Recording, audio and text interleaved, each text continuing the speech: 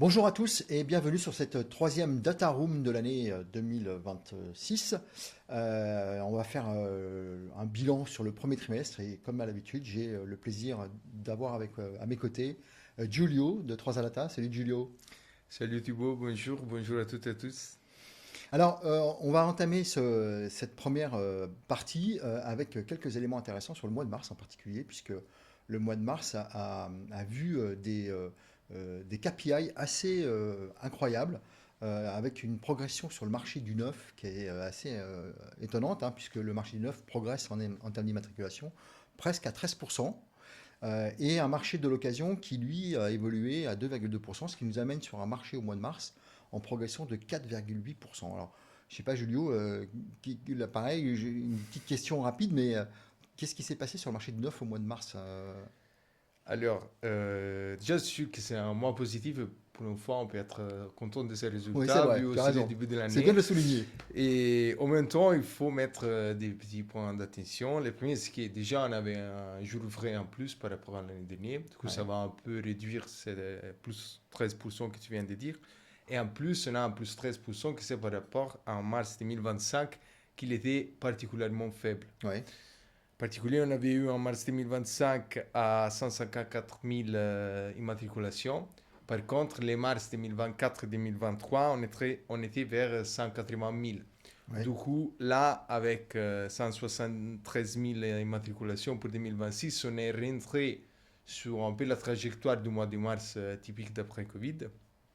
Mais les grands résultats par rapport à mars 2025, c'est aussi dû, comme ça se passe toujours dans les comparaisons, au fait que les thèmes de comparaison étaient plutôt faibles, Ouais, mars ouais, 2025. ouais. Mais Mais par contre, c'est vrai, tu as raison, par on peut contre, se réjouir, au exactement. regard en tout cas du début d'année qui était quand même assez Ouais, compliqué, de voir ce marché en progression, marché du neuf déjà, et puis surtout le marché global, avec une progression de 4,8%. Alors, euh, on a une part de marché aussi de l'électrique qui continue de progresser au fil de l'eau. Et on est déjà sur un mois d'avril qui est déjà bien entamé. On a la crise du Moyen-Orient qui aussi a quelques impacts sur le marché électrique. On aura l'occasion d'en parler lors de notre prochaine data room pour voir un petit peu quels sont les effets, que ce soit sur le neuf ou sur l'occasion, de ce moment un peu particulier qu'on est en train de vivre et qui a des incidences sur le prix de l'énergie en général, enfin en tout cas de l'énergie thermique. On aura l'occasion de voir un petit peu quels sont les effets sur le marché électrique en neuf comme en occasion, puisqu'on entend parler déjà de grands bouleversements. ouais. On aura l'occasion d'en parler. Alors, au global, si je prends mon anti-sèche, on arrive à un marché sur le premier trimestre qui reste quand même en recul, 2,4% sur le marché total. Ce magnifique mois de mars sur le neuf ne rattrape pas quand même le retard qu'a pris le neuf depuis le début de l'année, puisque le marché est en recul de 2,1% sur le nombre d'immatriculations. Et de la même manière d'ailleurs sur le marché de l'occasion, même si on a eu un mois de février et un mois de mars en progression ou en légère progression, ces 2 mois ne rattrapent pas le retard qu'avait pris l'occasion sur le mois de janvier, puisqu'on est en recul de 2,5% sur le marché de l'occasion au global, quoi. Oui, on a vraiment un comportement un peu contraire entre VPN et VPO, parce que le VPO a retrouvé son chemin après un janvier qui était particulièrement négatif. Oui, Par contre, le VPN a trouvé un résultat très positif en mars et les deux sont sur le premier trimestre moins de 2%. Du ouais. coup, c'est un équilibre entre les deux, mais qui vient d'une dynamique complètement différente, on Complètement peut dire. différente, ouais, Ouais. exactement. Ça va être intéressant aussi de voir quels sont les effets des portes ouvertes, hein, puisqu'on est aussi dans la Ouais. période des portes ouvertes en neuf et en occasion, de voir si ça a un effet. Alors, du coup, on se retrouve avec un marché d'occasion qui porte une part de marché de 76,8%. Donc là aussi, c'est assez équilibré. En tout cas, on a des progressions qui se prévalent de manière générale, hein. Et donc, du coup, à contrario, un marché du neuf qui pèse 23,2% sur le marché total. En termes de ratio, on est équivalent du coup au ratio qu'on avait l'année dernière sur le premier trimestre, puisqu'on a 3,3 véhicules d'occasion vendus pour un véhicule neuf. Donc là, ça se stabilise aussi sensiblement, même si on voit qu'il y a des progressions qui sont quand même un peu différentes. Ouais, tu voulais rajouter un truc? Oui, non, non. Je Non, vous tu dis voulais rien que rajouter? ça vient effectivement du fait que finalement, au premier trimestre, ils sont tous les deux plus ou moins en moins de 2%. Du coup, ça va rétablir les ratios. Ouais, c'est ça. Mais après, mensuellement, ça change beaucoup parce que les VPN sujet à beaucoup plus de saisonnalité. Du coup, mars, ça va faire rebaisser les ratios Les parce que ratios, ouais. mars est relativement plus élevé pour les VPN. Du coup, par contre, on sait que les VPO, c'est plus stable dans les mois. Est-ce que, tiens, j'ai une question qui me vient comme ça, c'est naturellement, mais on avait parlé lors de la dernière data room de l'effet leasing social sur l'électrique, en particulier sur le neuf. Est-ce que c'est cet effet aussi leasing social qui rattrape quelque part ou qui booste, en plus de ce que tu as évoqué sur un mois de mars 2025 qui était vraiment pas très bon? Est-ce que ça a un effet aussi de boost sur le marché du neuf, ce leasing social? Alors, je préparais aussi des éléments spécifiques pour la capsule plus tard qui Ouais, sont un peu focus sur ces sujets-là.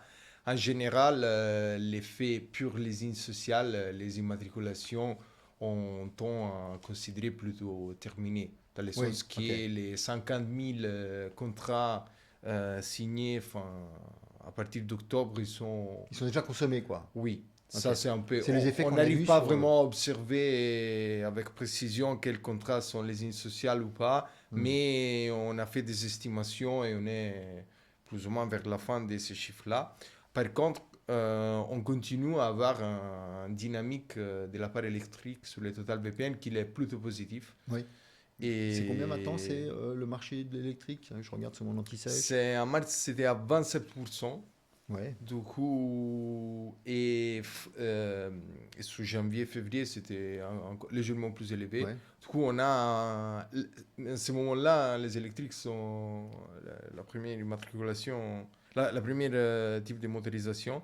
Du coup, sur janvier, février, on avait encore un peu d'effet de leasing social. Là, on Là, c'est peut, vraiment des effets de marché, quoi. c'est un peu d'effet de marché. Il y a des acteurs comme Tesla qui a entamé l'année vraiment avec un résultat très très fort. Il a plus que doublé sur les premiers trimestres 2025.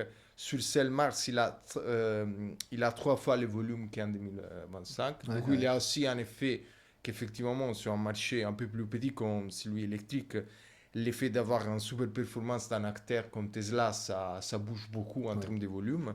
Du coup, il y a un peu ces effets-là par rapport sur les totales. Mais en général, on a une dynamique plutôt forte pour l'électrique. C'est comme il y aura des éléments c'est un peu différents entre les acteurs du marché, entre flotte particulier, mais je ne veux pas Ça, on trop va en parler, ouais. anticiper. Et peut-être, comme tu disais, en général, la situation géopolitique internationale, ça va jouer un rôle. Ouais, sans doute, ouais. J'ai doute qu'il ne soit pas encore complètement visible parce qu'il y a toujours un peu de décalage entre D'inertie, tu veux dire? l'inertie, entre Ouais, on voit sur plusieurs sites, plusieurs acteurs qui justement soulignent le fait que les recherches des voitures électriques sont beaucoup beaucoup plus plus forte. Mais aumentées, par contre, le etc. passage à Mais l'acte, de passer à l'acte, ouais. je pense qu'il y a toujours un inertie, un côté d'incertitude. Et encore, je pense qu'on n'a pas assez d'informations sur cette crise, Ouais. combien de temps ça va durer, quel sera son Ah impact. Et bah, tous les jours, on a des tous les jours, évolutions. on a des montagnes russes, du coup, c'est pas Ok. vraiment facile à Ouais. suivre Ouais, à et à mesurer et à prévoir. comprendre. Ok, très bien. Bon, pour autant, quand même, sur la fin de ce premier trimestre, on a quand même encore de l'énergie thermique qui pèse à peu près les 2 tiers du marché, hein. Donc, ça reste, si je prends que le diesel l'essence, hein, là où la partie électrifiée, comprenant l'électrique et la partie hybride, pèse donc le tiers qui reste. Donc, on est quand même sur un marché global qui se transforme, mais ça on le dit déjà depuis longtemps, Ouais. et on voit effectivement des effets qui sont portés différemment en fonction des éléments de marché. Bon, petit point rapide sur le marché du véhicule d'occasion, mais depuis le début de l'année, puisqu'on parle des énergies, on a toujours un poids de l'énergie fossile qui reste lourd, 82,3%, qui baisse, mais on est toujours pareil, hein, c'est toujours un peu les mêmes schémas. Il baisse doucement, mais il pèse quand même toujours 82,3%. Là où sur le marché global on était à 66, donc on a des effets de bord quand même qui sont différents entre le neuf et l'occasion.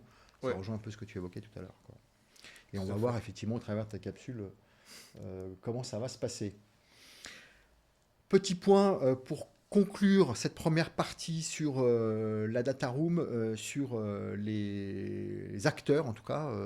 Là aussi, il n'y a pas beaucoup de bouleversements. On est toujours sur un marché électrifié qui est porté par le B2C, par le B2B principalement, et le marché thermique qui lui est plus en C2C. Et on l'avait déjà évoqué lors de la dernière capsule, de la dernière data room, On est aussi sur des véhicules thermiques qui sont plus vieillissants et donc les Ouais. transactions se font aussi plus facilement de particulier à particulier.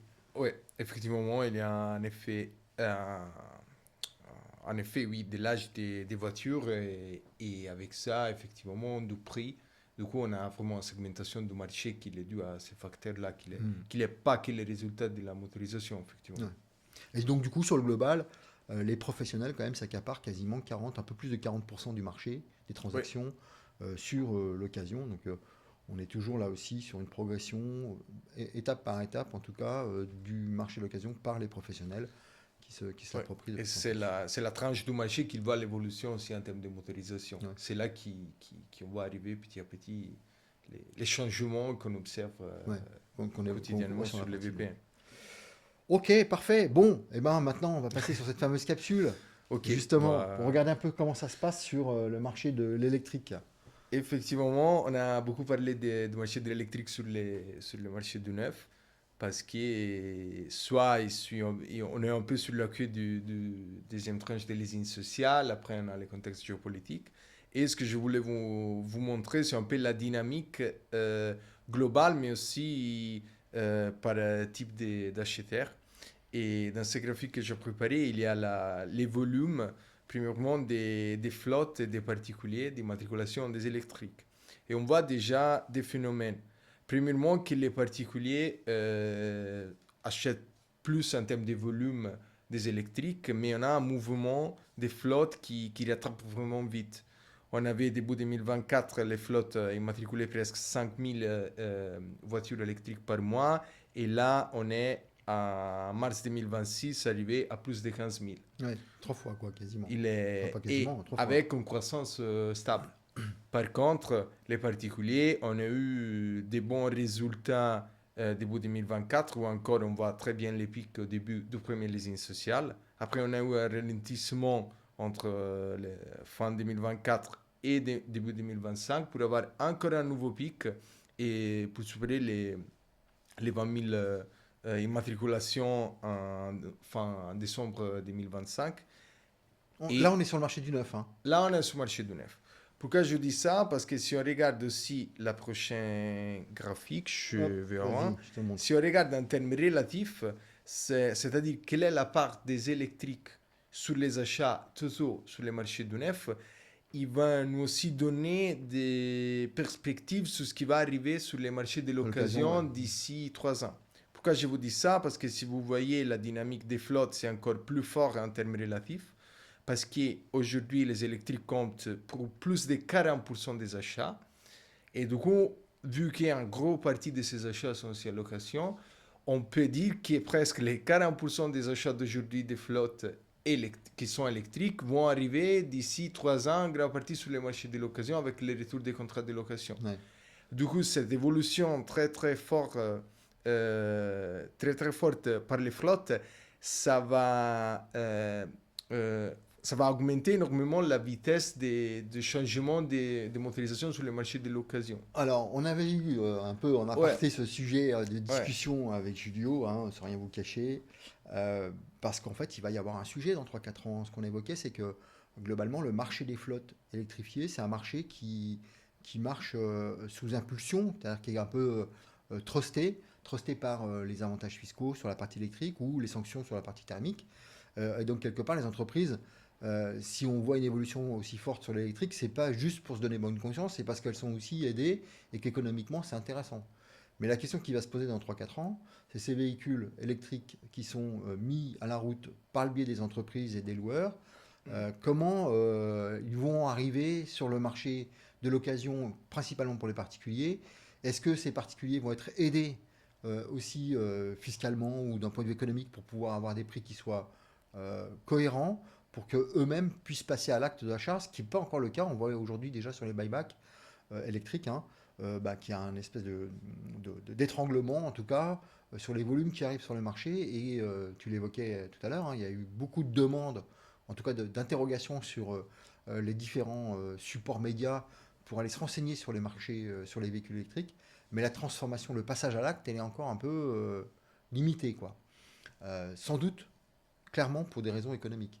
Donc là, il y aura une vraie question à se poser dans 3 ans sur cet effet de mise à la route de véhicules qui vont être disponibles, des véhicules électriques qui vont être disponibles sur le marché de l'occasion, mais est-ce que les particuliers auront les moyens de se les offrir ou pas?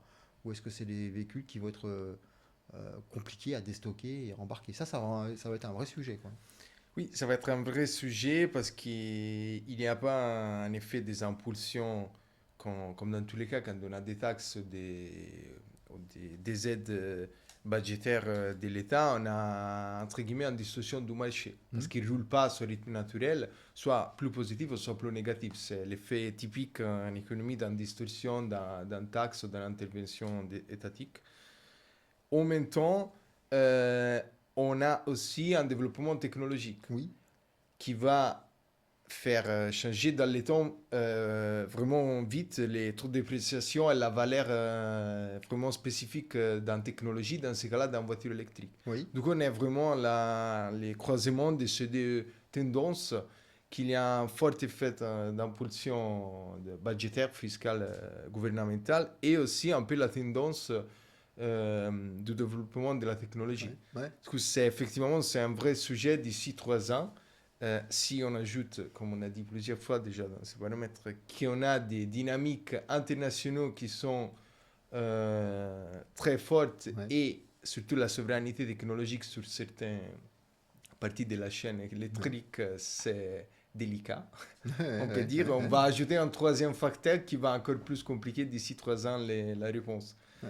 Ce qu'on peut dire, ce qui sera difficile, ça va sûrement impacter les prix et les déstockages, comme tu dis, ces retours des voitures. Mais c'est sûr que les verdissements, ça progresse vite. Ça sera un problème de lui donner Une valeur, un quoi. Ouais, équilibre ouais, dans c'est les ça. marchés, de rendre la soutenabilité des les Non, marchés. mais Ouais. il y aura un vrai sujet, parce que comme tu l'évoques, comme les technologies aussi avancent assez vite, hein, on a déjà d'ailleurs sur le marché des véhicules électriques qui sont plus performants, avec des prix qui sont certes élevés, mais qui clairement challenge aussi le marché de l'occasion. Et dans 3 ans, comment vont se retrouver les nouveaux véhicules électriques sur le marché avec des performances qui seront bien meilleures? À quel prix? Et à quel prix versus le marché d'occasion? Comment il va se challenger? On va avoir des vrais sujets Mm. quand même, hein, sur ce marché. Alors évidemment, on est dans une transition, donc c'est logique que le marché se cherche un peu, et puis en plus, comme il est un peu chahuté par tout ce qui se passe par ailleurs, forcément, ça désoriente un peu la lecture de ce qui pourrait se passer demain. Ou en Mm. tout cas, ça pose question. Mais Ouais. bon, voilà, en tout cas, ce qui est certain, et on l'entend aussi au travers des messages qui sont portés par le gouvernement, hein, c'est que la transition vers l'électrique, maintenant, elle est entamée, un peu à marche forcée, avec beaucoup de questionnements, mais pour autant, vu de notre fenêtre, en tout cas, elle reste encore un peu lente, hein. Tout à l'heure, je le disais, sur le marché de l'occasion, on est quand même à Mm. 82% sur un marché thermique. Et un marché qui vieillit en plus, donc des véhicules qui roulent Mm. Mm. de plus en plus longtemps. Et on se pose, nous, d'ailleurs, par ailleurs, la question de savoir, même si on a déjà quelques réponses, comment on accompagne les particuliers qui ont ces véhicules thermiques, qui n'ont pas les moyens de s'acheter des véhicules électriques, même d'occasion, vers un support à la décarbonation. Alors je dis ça parce que évidemment, il existe des solutions, mais peut-être qu'il faudra en parler un peu plus, comme par exemple le bioéthanol ou d'autres, hein, qui permettent déjà aussi de transformer ou d'accompagner ces véhicules d'occasion thermiques, essence Mm. principalement, Mm. et même hybrides d'ailleurs, vers une transition doucettement écologique, en maîtrisant le pouvoir d'achat et avec des coûts qui sont quand même Mm. plus intéressants. Bon, bah, vous l'avez compris quand même, on est sur un marché qui bouge, où il se passe plein de choses, comme d'habitude, même si on a des tendances de fond, et pour autant c'est un marché qui est aussi bousculé par les événements internationaux. Le premier trimestre se termine plus ou moins bien, avec des pics et des rebonds. Ça va être très intéressant de voir aussi, encore une fois, moi je suis assez impatient de voir ce qui va se passer sur le prochain baromètre, pour voir un peu comment le mois d'avril a évolué sur les deux marchés, le neuf et l'occasion. Les questions qui sont portées sur les énergies, l'évolution du coût du pétrole. Pour combien de temps? Est-ce que c'est une tendance de fond, ou est-ce que pour l'instant on est vraiment sur un effet d'aubaine? On va voir tout ça, j'espère, en tout cas dans les prochains baromètres. Oui. Merci Julio pour ça. Merci à toi. Je vais du coup enchaîner avec le marché du véhicule utilitaire léger, comme à notre habitude, hein. Puisque maintenant, vous le savez, on vous donne aussi les tendances du marché du véhicule utilitaire léger, qui abreuve d'ailleurs notre nouveau club, le club Univers VUL et Retail.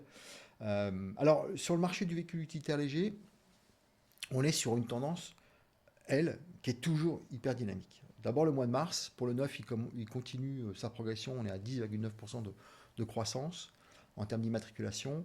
Et sur l'occasion, on a une progression de 6% sur le mois de mars. Donc, c'est quand même très positif, avec donc au global un marché qui évolue à 7,4%.